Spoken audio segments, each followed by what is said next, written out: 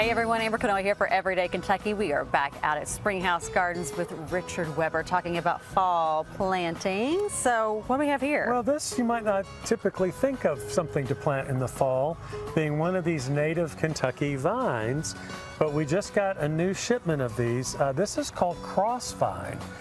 And it's actually a really good time to plant a crossvine because one of the interesting things about this is that it is an evergreen vine.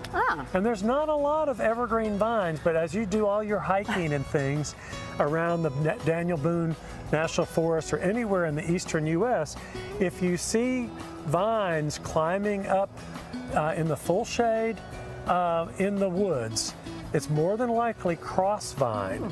And this was a vine that I didn't know as a kid. I kind of learned about it later on because nobody really talked about crossvine for a long time. I always just assumed it was a trumpet vine because as you see, this is having a rebloom right now, which is not all that uncommon, but typically crossvine is blooming before trumpet vines bloom. So this will be one of the very first food sources for hummingbirds. And it's typically an orange blossom, but this is one called goldfinch, and it's a yellow bloom. But all of these other ones are orange ones that are more the native type, but they have this trumpet-shaped bloom. When the hummingbirds first come back to Kentucky, they flit around looking for this, and it's in the woodlands.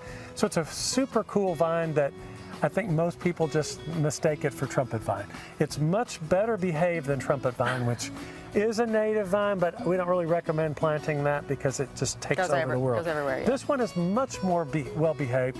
It's great for growing up trees, growing on arbors, covering wood piles, covering fences, because it grows in a more contained fashion. You can kind of see, you know, it's staying on these little bamboo teepees that we have, and you can kind of see how the leaves are nicely arranged in these little, you know, opposite whorls of leaves. And then what is this? I pulled one off. You know what? When you pointed that out, I'd never seen it. That's a seed pod that was formed off of these flowers. And I've been looking at crossvines for 10, 15 years. I've never seen a seed pod. And leave it to Amber to find that. I'm like, hey, that's really cool. I mean, because there's like another one. There's a bunch on this one, actually. So that's really, really cool. It does look like a bean pod. Great vine, sun, shade, evergreen, native, great for pollinators, hummingbirds. Should think about, we have two varieties, yellow and the orange variety. It's called Tangerine Beauty is the orange one.